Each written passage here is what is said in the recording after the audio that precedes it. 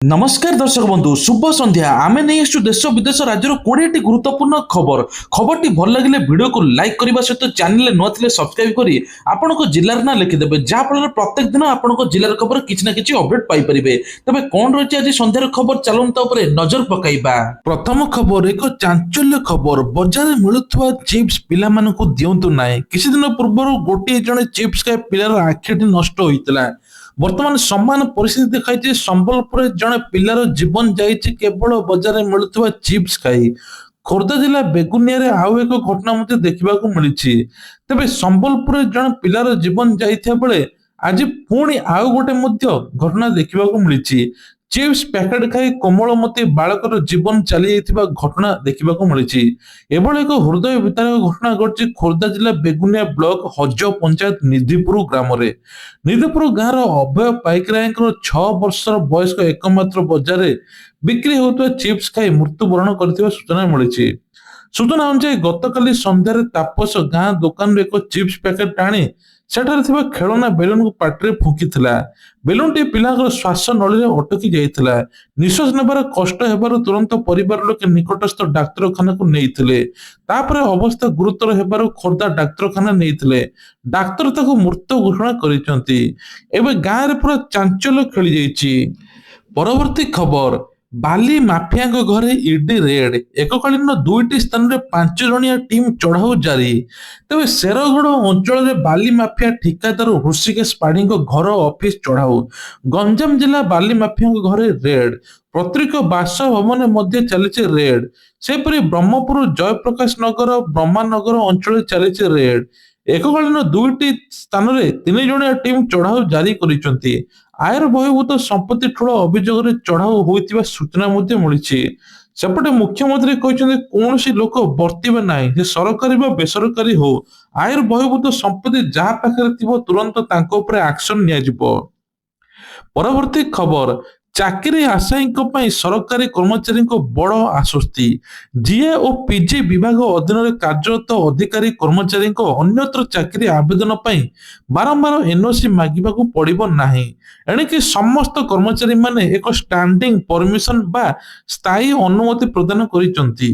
एही निर्देशनामा बଳରେ कर्मचारी माने UPSC OPSC SSB OSSC OSSC भली विभिन्न नियुक्ति परीक्षा सीधा सड़क आवेदन करें।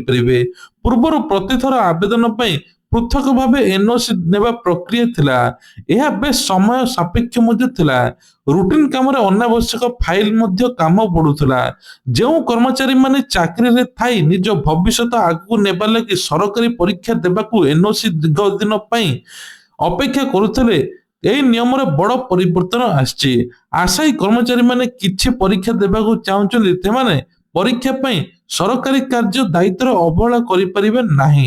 परीक्षा देबा समय उपरिस्थ अधिकारी निकट छुट्टी मंजूरी और मुख्यालय छाड़िबा अनुमति नेबाकू बाध्यतामूलक बोली कहा जायछि। परीक्षा देबा पूर्व एडमिट कार्ड अन्य संबंधित कागज पत्र मध्ये देखाई देबा पई पड़िबो।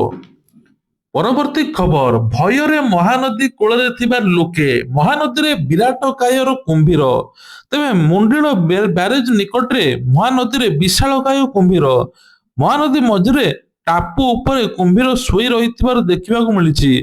कुंभीर को देखा मुंडुली ब्यारेज उपरे नाही नथिबा भिड़ जमी यह थंटिया कुंभीर बोली वन विभाग अनुमान करुछि। शीत दिन थिबारु खरा खाया बाली उपर को चली आसथिबा वन विभाग कहिछि। भगीपुर वन विभाग पक्षर कर्मचारी को मध्य नदी कूल नियोजित कर सेपटे नदी कूल लोक सुरक्षा दृष्टि नदी मध्य को प्रवेश करने को बारण कर। परवर्ती खबर पश्चिमबंग आसिबो पुंजी 3 दिनिया गस्तरे मुख्यमंत्री मोहन चरण माझी ओडिशा निवेशक सम्मेलन रोड शो रे भाग नेबे मुख्यमंत्री शिल्पपति निवेशक सहित करिवे 1-to-1 आलोचना तांको सहित शिल्प मंत्री अन्य वरिष्ठ अधिकारी मध्य रहिबे। हैदराबाद पर एबे हेउचे सरकार द्वितीय निवेशक सम्मेलन गत डिसेम्बर 19 तारिख रे हैदराबाद रे निवेशक सम्मेलन अनुष्ठित होइतिला सेतिर प्राय 67,000 कोटी पुंजी निवेश आस्तिला।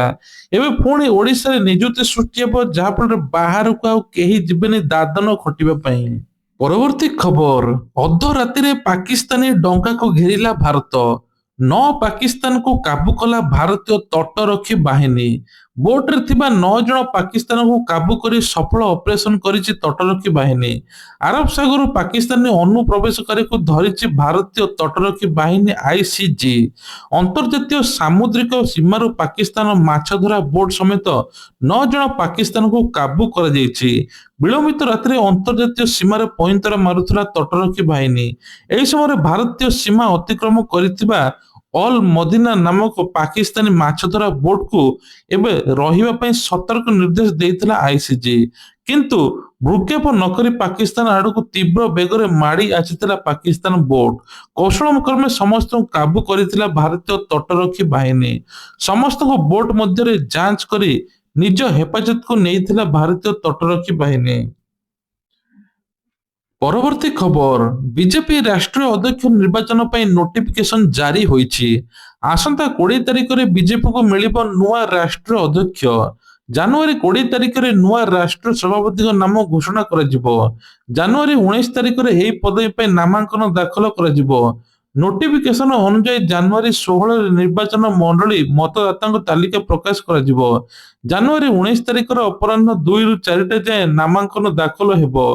ଅପରାହ୍ନ 4ଟାରୁ 5ଟା ନାମାଙ୍କନ ଯାଞ୍ଚ ହେବ। 5ଟାରୁ 6ଟା ମଧ୍ୟରେ ନାମାଙ୍କନ ପ୍ରତ୍ୟାହାର ହେବ। ଆବଶ୍ୟକ ପଡ଼ିଲେ ଭୋଟିଂ ହେବ।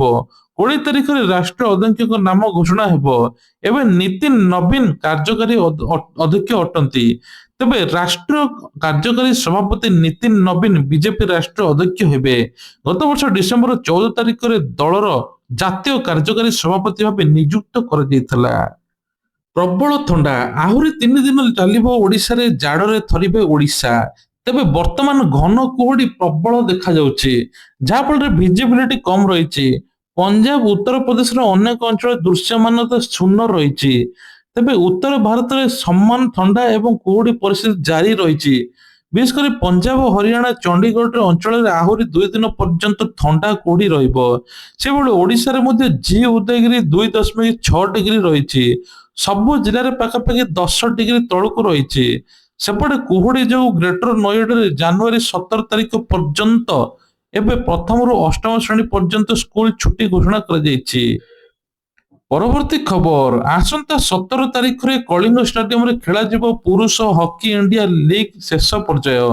ଶୀତୁଆ ସନ୍ଧ୍ୟାରେ ହକିର ଚମକ ଦର୍ଶକ ହେବେ ମତୁଆଲା। ତେବେ ପ୍ରସ୍ତୁତି ଶେଷ ହୋଇଛି, ଦଳ ବି ପହଞ୍ଚିବା ଆରମ୍ଭ କରିଛନ୍ତି। ତେବେ ସେହି ମୁହୂର୍ତ୍ତକୁ ଅପେକ୍ଷା କେତେବେଳେ ଗଡ଼ିବ ବେଙ୍ଗଲ ଟାଇଗର୍ସ ହାଇଦ୍ରାବାଦ ତୁଫାନ ମ୍ୟାଚର ବଲ୍। ଆସନ୍ତା 17 ତାରିଖ ବା କାଲି ଦୁଇଟି ମ୍ୟାଚ ରହିଛି। ପ୍ରଥମ ମ୍ୟାଚ ବେଙ୍ଗଲ ଟାଇଗର୍ସ ହାଇଦ୍ରାବାଦ ତୁଫାନ ମଧ୍ୟରେ, ଦ୍ୱିତୀୟ ମ୍ୟାଚ ରହିଛି କଳିଙ୍ଗ ଲାଇନର୍ସ ଦିଲ୍ଲୀ ଏସ୍ସି ମଧ୍ୟରେ।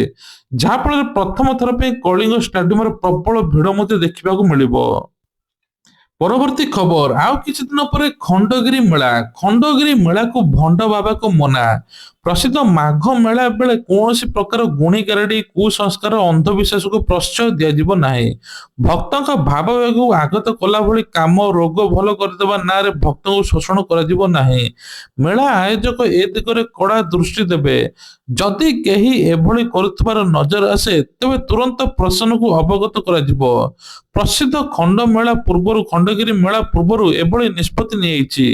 ତେବେ କୁହାଯାଉଛି ବିଶ୍ୱ ସନାତନ ବୈଦିକ ଧର୍ମ ପରିଷଦ ପକ୍ଷରୁ ଖଣ୍ଡଗିରି ମେଳା ପ୍ରସ୍ତୁତି ବୈଠକ ସ୍ଥାନୀୟ ପାଦୁକା ଆଶ୍ରମ ପରିସରରେ ଅନୁଷ୍ଠିତ ହୋଇଥିଲା। ବୈଠକରେ ଏକାମ୍ର ବିଧାୟକ ବାବୁ ସିଂ ଉପସ୍ଥିତ ଥିଲେ। ପରିଷଦର ଅଧ୍ୟକ୍ଷ ପମ୍ବା ପଞ୍ଚଦେବ, ଉପଦେଷ୍ଟା ପଦ୍ମନାଭ ମେଳା ମଧ୍ୟ ସମସ୍ତଙ୍କ ସହିତ ବୈଠକ ବସିଥିଲା। ଏଥର ଅଶ୍ଳୀଳ ନୃତ୍ୟ ବନ୍ଦ ହେବ, ଭଣ୍ଡ ବାବାକୁ ମନା। ପରବର୍ତ୍ତୀ ଖବର, ଭୁବନେଶ୍ୱରରେ ବିମାନକୁ ପକ୍ଷୀ ଭୟ।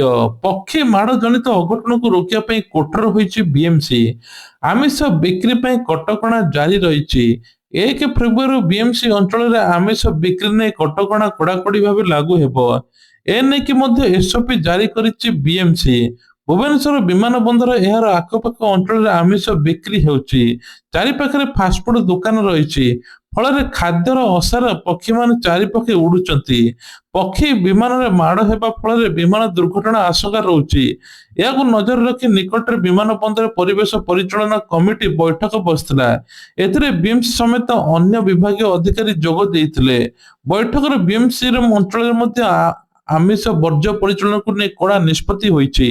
କଠିନ ବର୍ଜ୍ୟ ପରିଚାଳନା ନିୟମ 2016, ଖାଦ୍ୟ ସୁରକ୍ଷା ଏବଂ ମାନକ ଅଧିନିୟମ 2006 ଅନୁସାରେ ବିମାନ ଚଳାଚଳ ନିର୍ଦ୍ଦେଶାଳୟ ଭାରତୀୟ ବିମାନ ବନ୍ଦର କର୍ତ୍ତୃପକ୍ଷ ଦ୍ୱାରା ବନ୍ୟ ଜନ୍ତୁ ବିପଦ ପରିଚାଳନା ଉପରେ ଜାରି ହୋଇଥିବା ନିର୍ଦ୍ଦେଶାବଳୀ ଅନୁସାରେ ଏବେ ଆଖପାଖରେ ପକ୍ଷୀମାନଙ୍କୁ ଆକର୍ଷିତ କରୁଥିବା ଜୈବିକ ବର୍ଜ୍ୟବସ୍ତୁ ନିଷ୍କାସନ କରାଯିବ, ଯାହା ଫଳରେ କୌଣସି ପ୍ରକାର ଆମିଷ ବିକ୍ରି ହେବ ନାହିଁ ବା ଫାଷ୍ଟଫୁଡ ଦୋକାନ ରହିବ ନାହିଁ।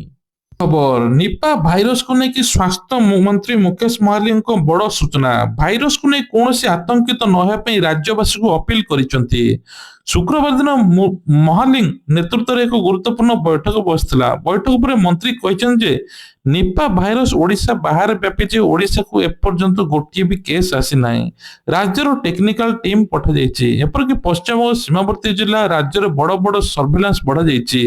ରାଜ୍ୟରେ ଏଯାଏଁ ନିପା ଭାଇରସ ଚିହ୍ନଟ ହୋଇନାହିଁ। ଯଦି ଏଭଳି କେସ୍ ଆସେ, ମୁକାବିଲା ପାଇଁ ସରକାର ମଧ୍ୟ ପ୍ରସ୍ତୁତ ଅଛନ୍ତି ବୋଲି ମନ୍ତ୍ରୀ କହିଛନ୍ତି। ପରବର୍ତ୍ତୀ ଖବର ଡୋନାଲ୍ଡ ଟ୍ରମ୍ପଙ୍କୁ ଶେଷରେ ନୋବେଲ ଶାନ୍ତି ପୁରସ୍କାର। ନିଜ ନୋବେଲ ପୁରସ୍କାର ପ୍ରଦାନ କଲେ ମାଚୋଡେ। ତେବେ ଆମେରିକା ରାଷ୍ଟ୍ରପତି ଡୋନାଲ୍ଡ ଟ୍ରମ୍ପ ଶେଷରେ ନୋବେଲ ଶାନ୍ତି ପୁରସ୍କାର ମେଡାଲ ହାସଲ କରିଛନ୍ତି। 2025 ନୋବେଲ ଶାନ୍ତି ପୁରସ୍କାର ବିଜେତା ଭେନେଜୁଏଲା ବିରୋଧୀ ଦଳ ନେତା ମାରିଆନା କୋରିନା ମାଚୋଡ ହ୍ୱାଇଟ୍ ହାଉସରେ ଟ୍ରମ୍ପଙ୍କୁ ତାଙ୍କ ମେଡାଲ ଉପହାର ସ୍ୱରୂପ ପ୍ରଦାନ କରିଛନ୍ତି। ତେବେ ଏହାକୁ ନେଇ ବିବାଦ ଆରମ୍ଭ ହୋଇଯାଇଛି। ସାମାଜିକ ଗଣମାଧ୍ୟମରେ ତର୍କ ବିତର୍କ ଚାଲିଥିବା ବେଳେ ମାଚୋଡଙ୍କୁ ଏଥିପାଇଁ ଖୁବ୍ ସମାଲୋଚନା କରାଯାଉଛି। ମାଚୋଡ କହିଛନ୍ତି ଭେନେଜୁଏଲାର ସ୍ୱାଧୀନତା ପ୍ରତି ଟ୍ରମ୍ପଙ୍କର ଅନ୍ୟାନ୍ୟ ପ୍ରତିବଦ୍ଧତା ସ୍ୱୀକୃତି ସ୍ୱରୂପ କରାଯାଉଛି। ତା ସହିତ ମାଚୋଡ ଗୁରୁବାର ଦିନ ହ୍ୱାଇଟ୍ ହାଉସରେ ଟ୍ରମ୍ପଙ୍କୁ ଭେଟିବା ପରେ ନିଜ ମେଡାଲ ତାଙ୍କୁ ପ୍ରଦାନ କରିଥିଲେ।